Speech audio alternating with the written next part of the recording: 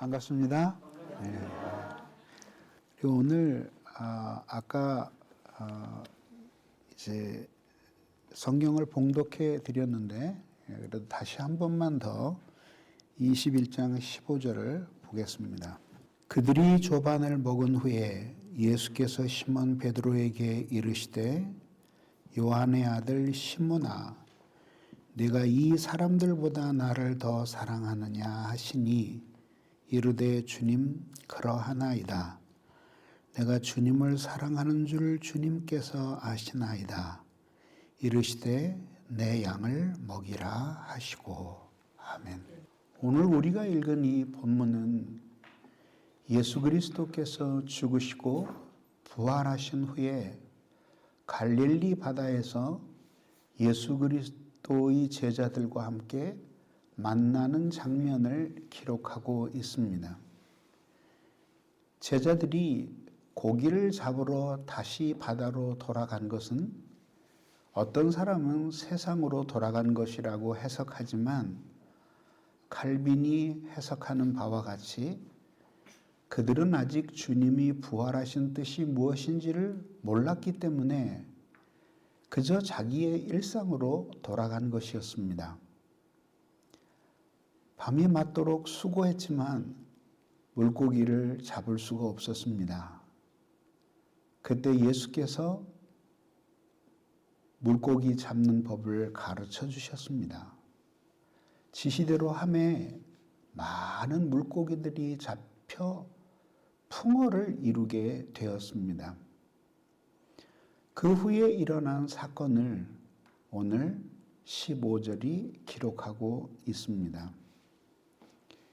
그들은 실패했습니다. 마치 누가복음 5장에서 실패한 다음에 그것 때문에 예수 그리스도를 베드로가 만나게 된 것 같이 똑같은 상황이 데자뷰처럼 펼쳐졌습니다. 우리는 인생을 살면서 항상 성공하기를 원합니다. 어찌하든지 자신의 뜻대로 모든 일들이 이루어지기를 원합니다. 그러나 사실은 자신의 뜻대로 될 때보다는 자신의 뜻대로 되지 않을 때가 훨씬 더 많은 것을 우리는 경험합니다. 사람에게는 실패한 때이고 사람에게는 잘못된 때이지만 하나님은 오히려 그런 잘못된 때를 사용하셔서 우리에게 예기치 못한 은혜를 부어주시는 것입니다. 실패한 자를 부르심이라는 제목으로 오늘 말씀을 전하려고 합니다. 예수 그리스도께서 고기잡이에 실패한 제자들을 찾아오셨습니다. 그리고 제일 먼저 하신 일은 그들을 위하여 식탁을 차려주신 일이었습니다. 이때는 예수님이 제자들에게 세 번째로 나타나신 때였습니다. 그리고 예수 그리스도께서는 그렇게 당신을 모른다고 배반하고 다 도망갔던 제자들, 그래서 신앙에 있어서 실패하고 또한 고기잡이에 있어서도 실패했던 이 제자들을 위해서 예수님은 말없이 그 바닷가에서 아침 식탁을 차리고 계셨습니다. 어디서 마련하셨는지는 모르지만은 먹음직스러운 떡과 싱싱한 생선을 숯불에 구우며 제자들이 오기를 기다리셨습니다. 성경에 보면은 식사와 신앙이 밀접한 관계에 있다는 것을 알 수 있습니다. 하나님께서는 이스라엘 백성들을 애굽에서 건져내신 후에 만나를 먹이셨습니다.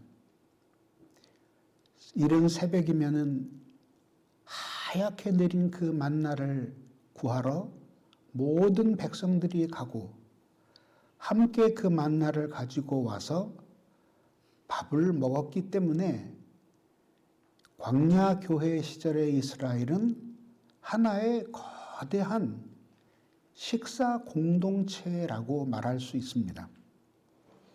성경에서 밥을 함께 먹는다는 것은 형제됨, 가족됨을 의미하는 것입니다. 중요한 언약 체결 의식이 있은 후에는 언제나 식사가 동반되었고, 화목제를 드린 후에도 역시 제사 드린 모든 공동체의 식구들이 함께 밥을 먹음으로써 자신들이 함께 용서하고 사랑하며 동일한 운명을 감당해 나가야 할 공동체라는 사실을 확인하게 되었습니다. 예수 그리스도께서는 이러한 사실을 더 웅변적으로 드러내 보여주셨습니다. 예수께서 이 땅에 계실 때에 바리새인들에게 비난을 받으셨던 이유가 하나 있었습니다. 그것은 너희 선생님은 왜 죄인이나 세리와 같은 그런 사람들과 함께 더불어 밥을 먹느냐? 이렇게 비난을 하실 때 오히려 예수께서 말씀하시기를 인자가 온 것은 의인을 부르려 함이 아니요 죄인을 불러 회개케 하기 위하여 왔다고 말씀하셨습니다. 다시 말해서 죄인이나 세리, 창기와 같은 자들이 예수님과 함께 식탁을 나누었는데 그것은 바로 바리새인들에 의해 버림받은 이 사람들이 예수님에게는 한 가족처럼 여겨졌다는 것을 의미하는 것입니다. 그래서 예수 그리스도께서는 먼저 그들을 당신의 한 혈육, 한 핏줄처럼 받아들이시고 그 사랑으로 궁극적으로 그들을 회개케 하여 하나님의 사랑의 품으로 돌아오도록 만들어 주셨던 것입니다.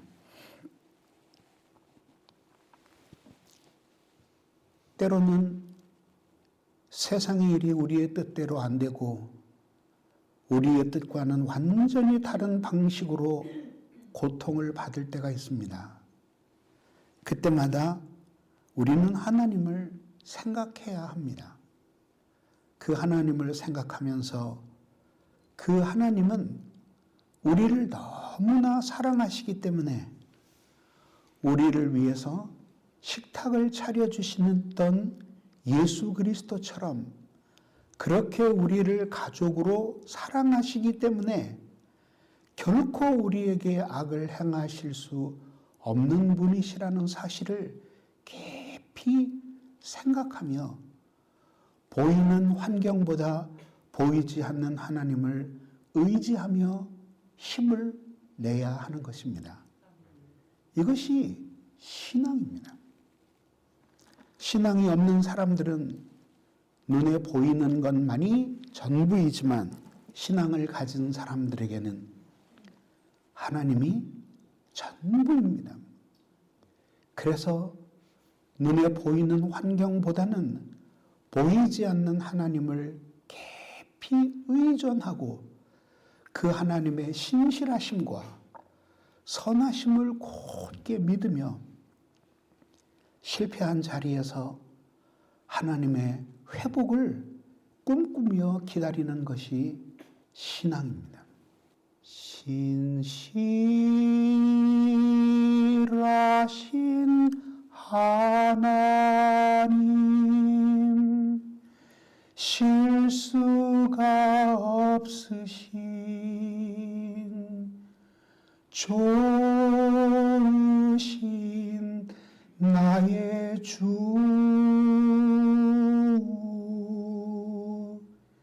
신실하신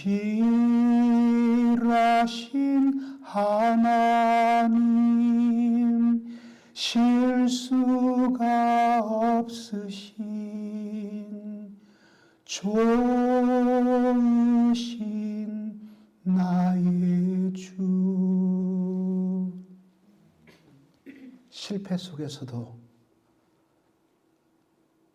나를 위해 식탁을 차려주시는 그리스도 예수의 사랑을 굳게 믿으며 그분과의 관계를 견고히 하고 그분의 손에 붙들려 사는 여러분들 되기를 주님의 이름으로 축원합니다. 두 번째는 이름을 불러주셨습니다. 조반을 거의 다 먹은 후에 예수님께서 시몬 베드로에게 이르셨습니다. 요한의 아들 시몬아, 네가 이 사람들보다 나를 더 사랑하느냐 하고 물으셨습니다. 예수님이 제자들에게 나타난 것이 세 번째였지만 그러나 베드로와 직접 대면하여 말씀하신 것은 이번이 처음이었습니다. 많은 제자들이 있었을 텐데 왜 하필이면 베드로였을까요? 베드로는 예수님이 십자가에 못 박히기 전부터 말하자면은 제자들 중에 대표자 역할을 많이 하였습니다. 그리고 예수님이 눈에 넣어도 아파하지 않는 세 제자가 있었는데 베드로와 야고보와 요한이었습니다. 이처럼 베드로는 예수님에게 제자들을 대표하는 사람이었습니다. 그래서 예수님께서는 특별히 이 베드로에게 말씀하심으로써 나머지 제자들 모두에게 하시고 싶으셨던 말씀을 보여주신 것입니다. 이 베드로는 어떤 사람이었습니까? 십자가를 앞두고 예수님께서는 제자들에게 경고하셨습니다. 이제 저희들이 목자를 칠 텐데 그러면 양들이 흩어지는 것처럼 너희들이 모두 흩어지리라고 말씀하셨습니다. 그때 베드로는 다른 모든 제자들 앞서서 호언장담하며 말하기를 다른 모든 사람들이 예수를 부인한다고 할지라도 저는 죽는 데까지 예수 그리스도를 따라가겠습니다. 라고 하였습니다. 예수님은 새벽닭이 울기 전에 내가 3번 나를 부인하리라 말씀하셨지만 베드로는 예수님을 배신하지 않을 것이라고 스스로 다짐하고 다짐했습니다. 그러나 결과는 어떻게 됐습니까? 예수님이 십자가에 매달리기 위하여 골고다 언덕으로 끌려가기 전 제사장의 뜰에서 신문을 받을 때 그 광경을 모두 지켜본 사람이 베드로였습니다. 그러나 감히 내가 예수의 제자라고 말하지도 못하고 오히려 그렇게 질문하는 사람들에게 그렇지 않다고 부인하고 마지막에는 저주를 하기까지 예수 그리스도를 부인함으로써 완전한 실패로 베드로의 믿음이 끝을 보였습니다. 그리고 새벽닭은 울었고 그때 베드로는 통곡하며 울었지만은 그것이 진실한 회개였다고 믿을 근거는 없는 것입니다. 왜냐하면 그는 여전히 주님을 부인한 채 살아가고 있었기 때문입니다. 그런데 오늘 성경에 보면은 예수님이 베드로를 불러주시는 그 이름이 묘합니다. 예수님께서 요한의 아들 시몬아라고 말씀하셨습니다. 혹은 바요나 시몬아라고도 말씀하시곤 했죠. 그 요한의 아들 시몬이라는 이름은 바로 예수님께서 가이사랴 빌립보에서 너희들은 나를 누구라 하느냐 할 때 주는 그리스도시요 살아계신 하나님의 아들이십니다라는 불후의 신앙 고백을 남긴 베드로에게 새로운 이름을 지어주셨습니다. 그리고 그 이름이 바로 베드로였습니다. 그것은 반석이라는 뜻입니다. 구약 성경에서 반석은 구원을 상징하는 것이었습니다. 그리고 그 구원을 이룰 만큼 위대한 흔들리지 않는 믿음을 암시하는 것이었습니다. 예수님은 분명히 말씀하셨습니다.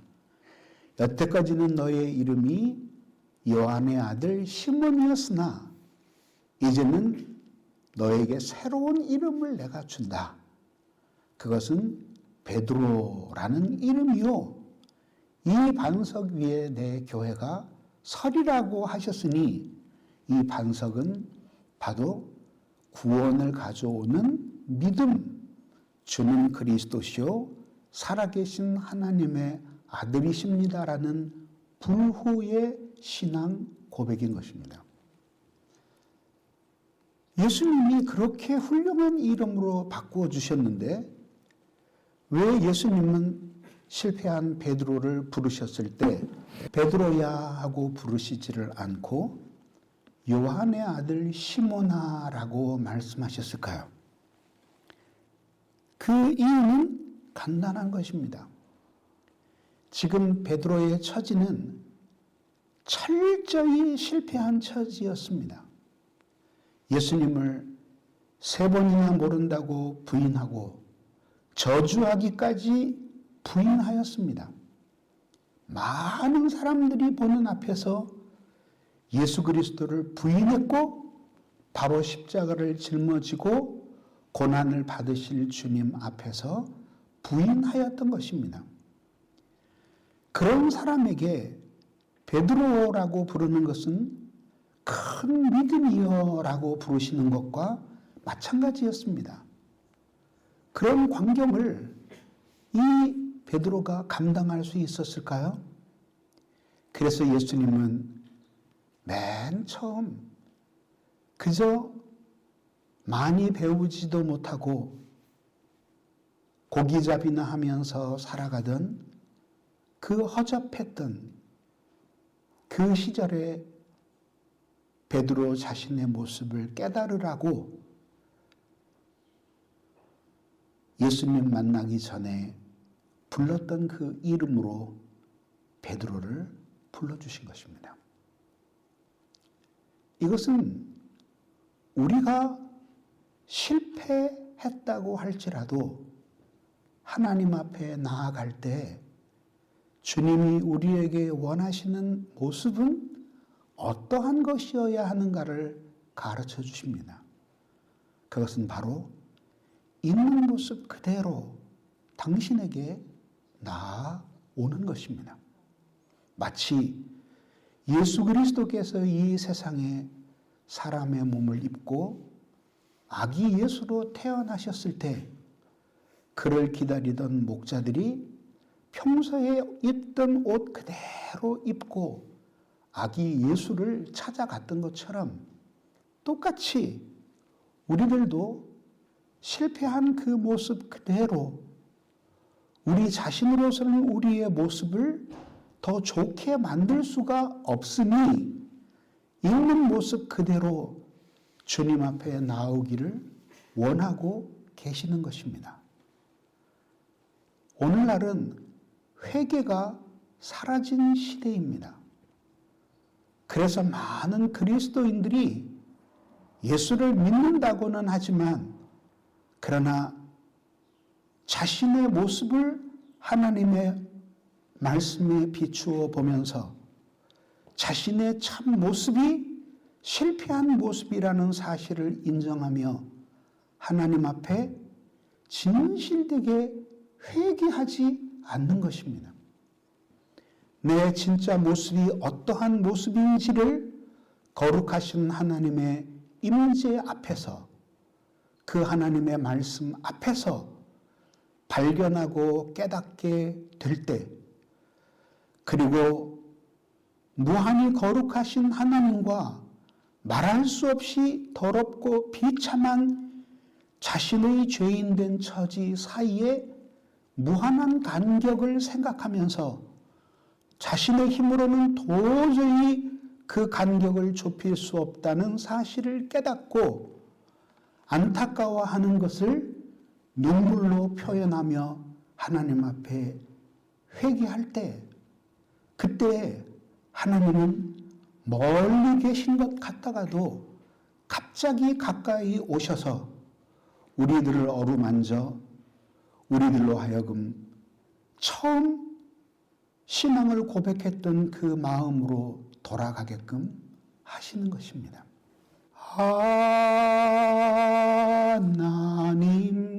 하나님께로 더 가까이 갑니다. 고통 가운데 계신 주님, 변함없는 주님의 크신 사랑, 영원히 주님만을 섬기리. 이것이 복음입니다. 주님을 만날 만한 충분히 변화된 사람이 되어서 하나님께 나아온다고 한다면 우리는 하나님을 만날 수 없을 것입니다. 왜냐하면 우리를 참 사람으로 고치시는 분은 우리 자신이 아니라 하나님이시기 때문입니다. 죄인에게 유일한 희망은 거룩하신 하나님 앞에서 유죄의 판결을 받는 것입니다. 그리고 자신이 죄인임을 그대로 인정하고 머리끝부터 발끝까지 하나님의 은혜가 아니면은 고침받을 수 없는 죄로 물든 병자임을 인식하는 것입니다.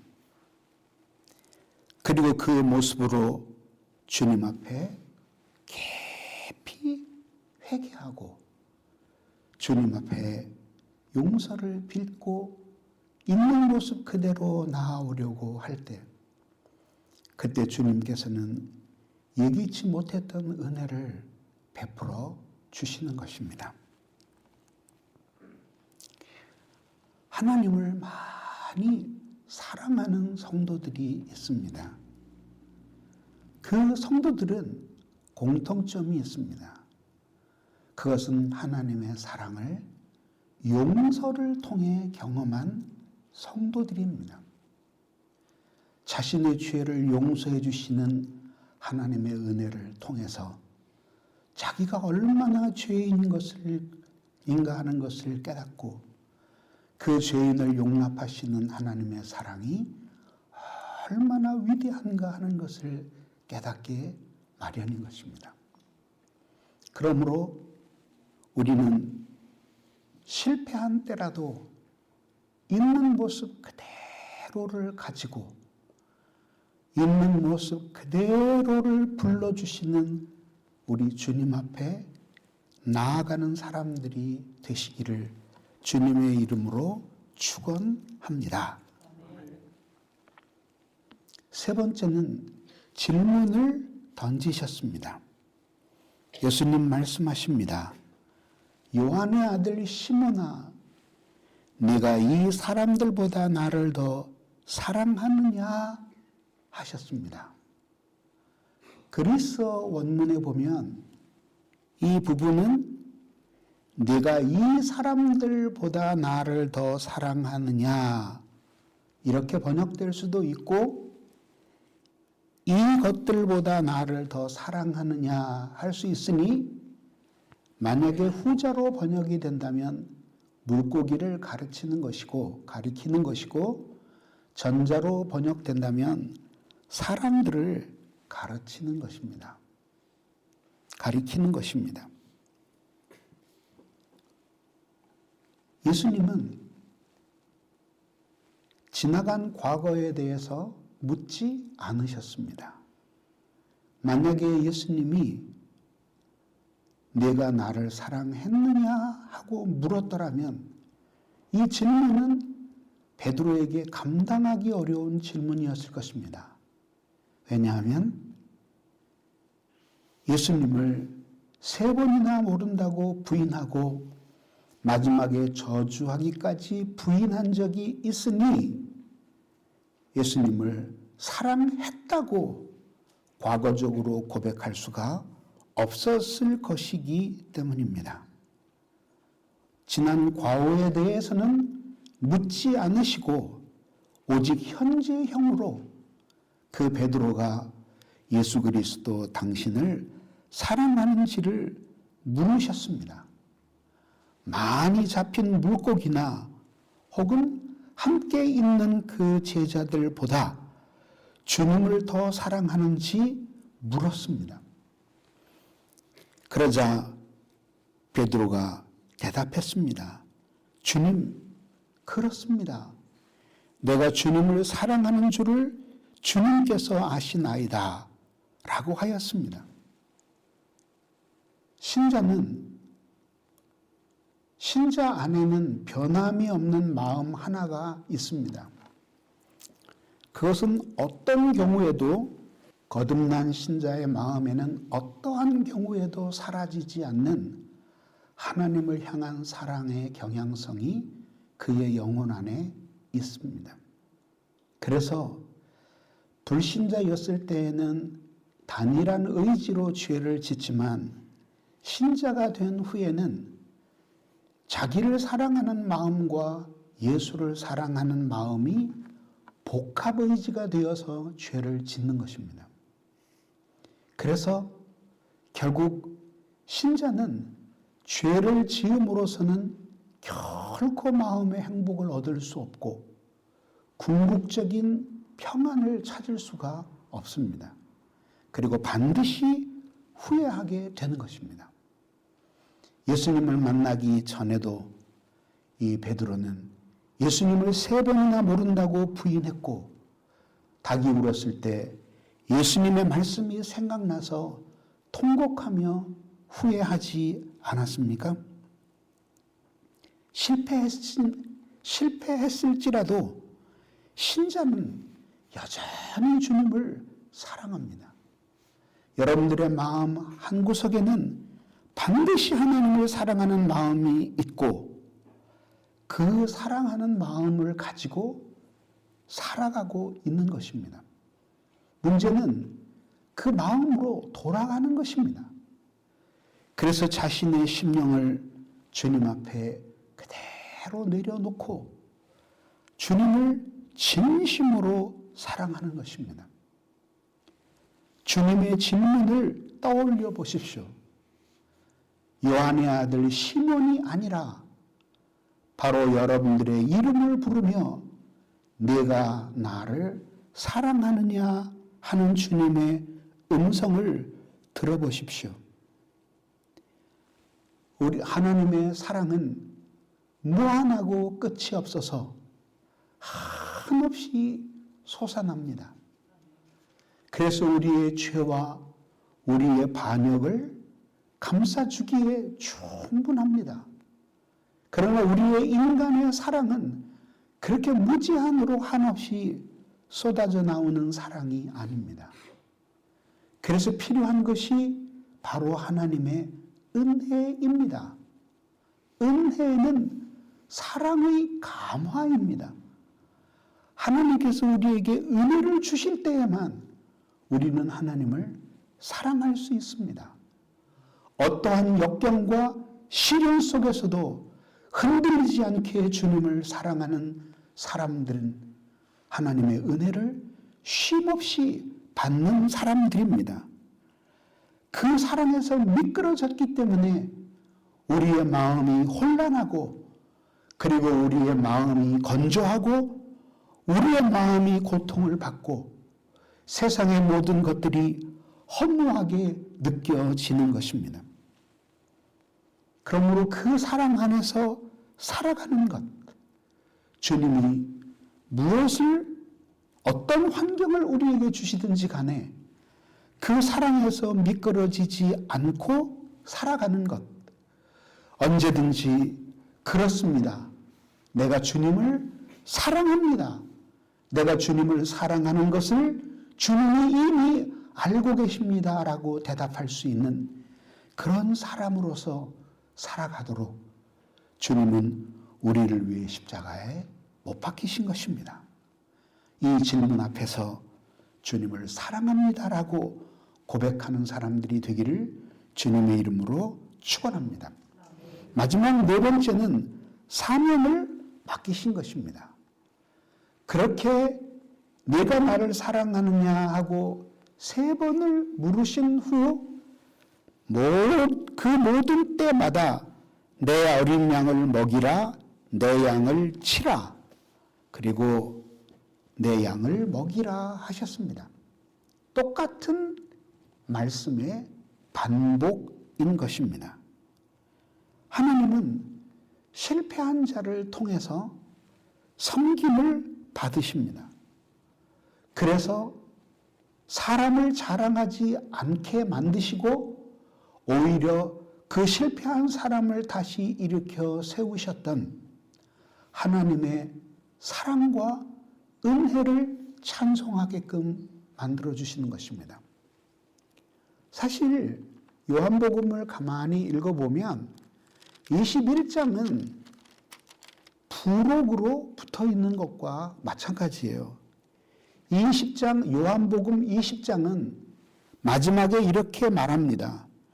오직 이것을 기록하면 너희로 예수께서 하나님의 아들 그리스도이심을 믿게 하려 하며 또 너희로 믿고 그 이름을 힘입어 생명을 얻게 하려 함이라. 훌륭하게 요한복음의 맺은 말이 되는 것입니다. 그런데 하나님이 21장을 사이에 넣으셨어요. 요한복음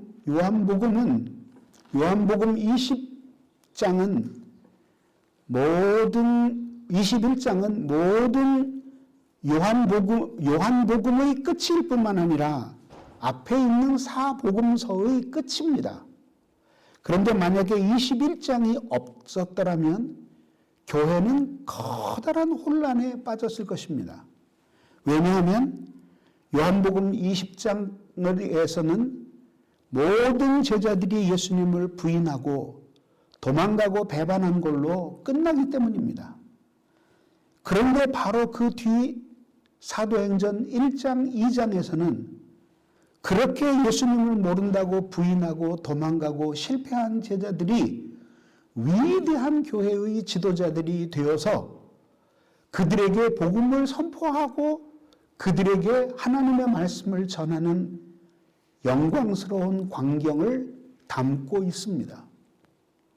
이걸 어떻게 해석할 수 있을까요? 이런 모순을 극복하기 위해서 하나님께서는 요한복음 21장을 부록처럼 매달아 놓으신 것입니다. 거기서 베드로를 실패하고 예수를 부인한 베드로를 다시 일으켜 세우셔서 다시 당신을 사랑하는 마음을 주시고 그리고 실패했음에도 불구하고 양떼를 먹이라는 사명을 주셨습니다. 이것은 베드로 한 사람에게 한 것이 아니라 베드로로 대표되는 모든 예수님의 제자들을 향해 주신 회복의 말씀이었던 것입니다. 이처럼 요한복음 21장이 있었기 때문에 20장까지는 실패로 끝난 예수님의 제자들이 실패했음에도 불구하고 예수님이 다시 만나주셔서 조반을 차려주시고 또 그 이름을 불러주시고 또 질문하시고 마지막에는 사명을 주셔서 사도행전에서 예루살렘 교회의 위대한 기둥들이 되게 하셨다는 것이 성립될 수 있도록 그렇게 하나님께서는 만드셨던 것입니다. 요한복음 21장은 복음서 전체의 부록입니다. 실패한 자가 다시 사명자가 되는 회복의 장입니다. 우리의 생각과는 사뭇 다릅니다. 우리는 이런 생각을 하지 않습니까? 모든 제자들이 다 예수님을 부인하고 도망갔는데 마지막 한 사람이 남아서 끝까지 예수님을 부인하지 않고 채찍에 맞고 창에 찔리고 칼에 베이면서도 신앙의 정절을 지켰다가 그 때묻지 않은 사람이 예루살렘 교회의 담임 목사가 되는 것을 꿈꾸지 않습니까? 그러나 복음은 그렇게 우리에게 하나님의 방법을 보여주지 않습니다. 복음은 무엇입니까? 소망이 인간에게 있는 것이 아니라 우리의 죄를 위해 이 세상에 오시고 나를 위해 십자가에 못 박히고 다시 사신 그리스도께 희망을 두는 것이 바로 복음입니다. 그래서 이 요한복음 21장 그 자체가 복음이 되는 것입니다. 21장에서 20장까지 볼 때 예수님을 부인하고 저주하면서까지 부인하고 도망갔던 모든 사람들은 이제 실패한 사람들이었습니다. 그럼에도 불구하고 그 실패한 사람들을 예수님은 여전히 사랑하셔서 그들이 회개하고 고백하기 전에 먼저 그들을 용서해 주시고 다시 당신을 사랑하게 해 주시고 사명으로 돌아가게 해 주셔서 회복시키셨습니다. 그리고 사도행전 1장, 2장, 3장, 4장부터 이제 그들은 죽음을 두려워하지 않는 불굴의 용사들이 되어서 자신의 몸을 불사르며 그리스도 예수의 복음을 전하고 모든 사도들이 예외 없이 사도 요한 한 사람을 남기고는 모두 순교하였습니다. 피로 그리스도의 복음을 말하였던 것입니다.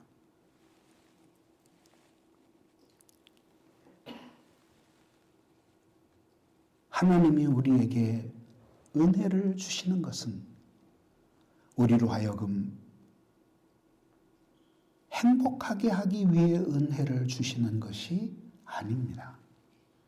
주님이 우리에게 은혜를 주시는 것은 그 은혜가 없었더라면 도저히 감당할 수 없는 사명을 감당하라고 은혜를 주신 것입니다. 여러분들의 사명은 무엇입니까? 베드로의 사명은 양떼를 돌보는 것이었습니다. 그러면 여러분들의 사명은 무엇입니까? 요한의 아들 시몬아, 내가 다른 사람들보다 나를 더 사랑하느냐 하고 주님이 물으셨네. 내게 오는 많은 양떼 내게 맡길 터이니 사랑하는 내 친구야, 나의 양떼를 부탁한다. 그에게는 목회가 사명이었습니다. 여러분들의 사명은 무엇입니까? 가정에서, 일터에서, 한 나라, 한 사회 속의 역사의 한 페이지에서 여러분들의 사명은 무엇입니까? 주님은 은혜를 받을 만한 자리에 있는 사람에게 은혜를 주십니다.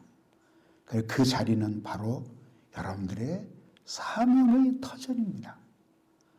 비록 잠시 실패했을지라도 다시 그 사명의 자리로 돌아가서 하나님의 넘치는 은혜를 받아 실패를 듣고 다시 한번 사명을 따라 사는 여러분들이 되시기를 주님의 이름으로 축원합니다.